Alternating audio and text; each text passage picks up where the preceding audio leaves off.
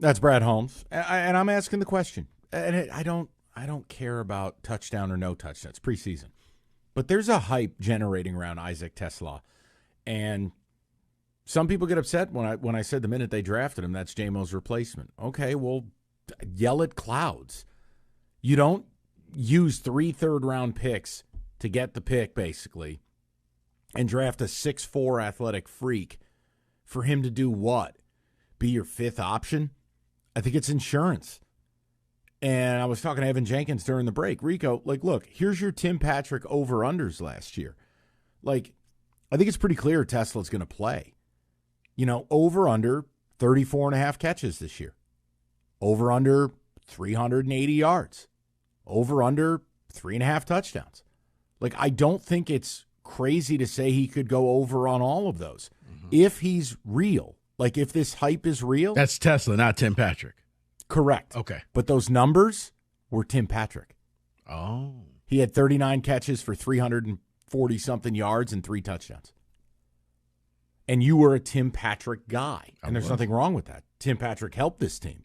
My point is, if this is real and all these media outlets talking about this kid are anywhere close to being right, he'll surpass those. No, so I just wanted to know. No, and yes, I'm looking at this, and you brought up a couple of good points, Mike. One, in the red zone, it adds another weapon for Goff because, with Gibbs or Montgomery in the backfield, and then you put Amon-Ra in motion, you got to worry about Laporta. Heaven forbid Dan Skipper is eligible. And right, and now that's just another weapon for you to worry about. Fade route. Look at the route he ran to catch that TD in Atlanta. Yeah. That's something you don't do with a 5'11" guy. The Jamo thing is really starting. I'm starting to become Team Mike. Team Michael. Thank you, Luke Sloan. I'm starting to lean more towards your side of maybe they were actually playing a little bit of chess instead of checkers when they drafted him and gave up so much. I said it the Monday after the draft, and I haven't had a reason to change because guess who they didn't pay? Ooh, you're right. And they were handing out checks to everybody. They were like James Harden at the strip club. Right. Everybody, it's like Oprah. Check under your seats. There you go. You get an extension. And you get an extension. Cutscene. Jamo outside in the cold. So I don't know. I think it's super interesting, but I'm with Rico in this regard. It's nothing but summertime chatter until the bullets start flying and it's football season. Right. And let me see you going up against a top, nickel corner or a safety, and because right now you're making some big plays, you're wide open, but guys, you can't have it both ways. You can't sit here and tell me, well, you're making too much of this Hendon Hooker stuff, and then tell me how great TeSlaa is. Maybe they'll just cut Tim Patrick and TeSlaa is. No, I'm only kidding. They'll cut everybody. Right. TeSlaa is your wideout one. Yeah, Hendon Hooker, you can go ahead and cut now. No, well, okay. Was there a Hendon Hooker conversation? It was. Yes. What happened?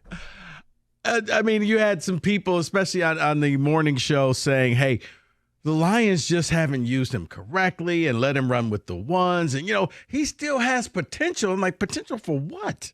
Like, what could this man do for you to finally say, oh, now I see? Occasionally, Brad Holmes will just make a mistake.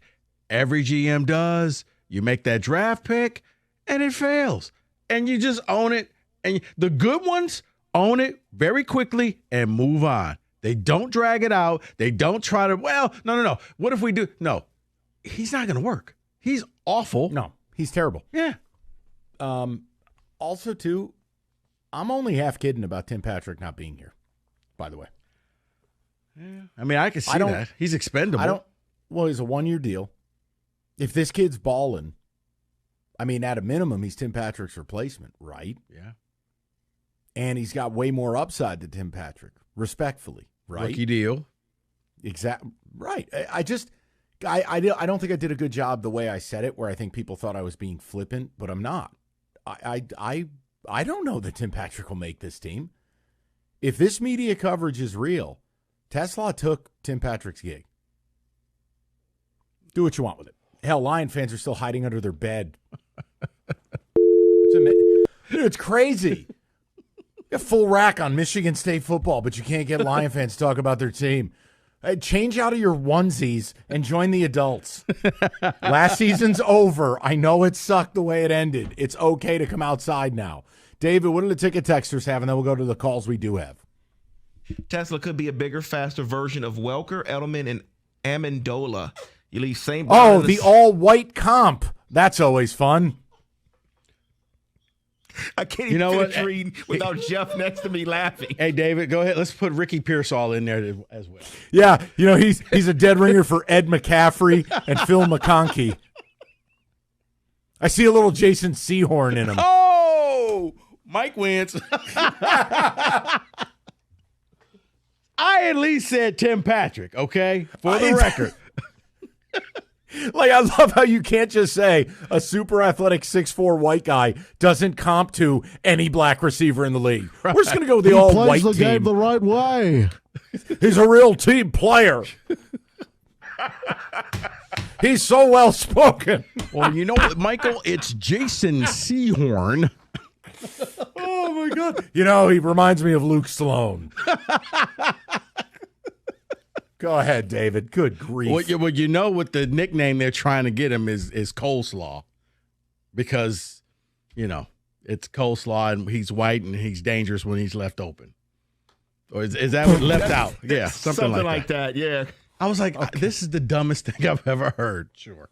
Wow. What about Vanellatron? Somebody actually came up with something very similar to that. So. Yeah, you're not that far off from the other Mayotron? name. Mayotron. Mayotron. Yeah. Oh my dear Jesus. Okay, David, read something quick. Don't get me wrong, Mike. I like TeSlaa, but I much would have rather had an offensive lineman.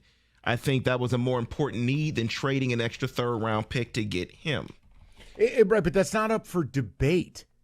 Like, I totally understand it, and I lean that way, but leave that to the side.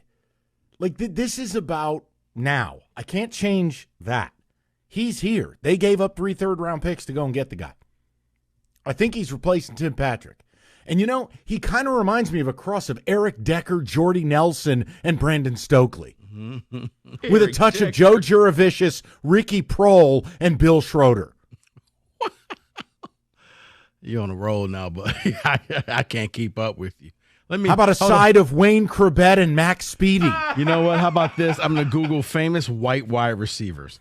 Elroy Hirsch, Billy Wilson, and just a faint reminder of Del Schaffner. Oh, but you know what? No, Mike. I see a lot of Steve Largent for you old school people. Yeah, a cross between Harlan Hill and Fred Biletnikoff. I mean, have you seen Chris Collinsworth play? That's who I see right there. Really thickly built guy. I mean, Lance Allworth. It's the kind of guy you want your daughter to date. Oh, boy. I mean, a younger version of Cooper Kupp.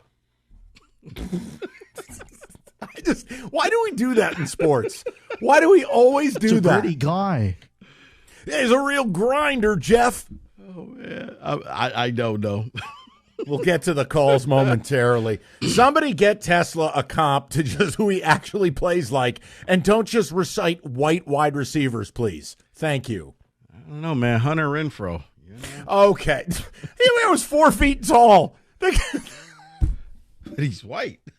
They're comping Wes Welker. The guy wasn't tall enough to ride the rides at Cedar Point. This guy's 6'4". We'll get your calls next. 97.1.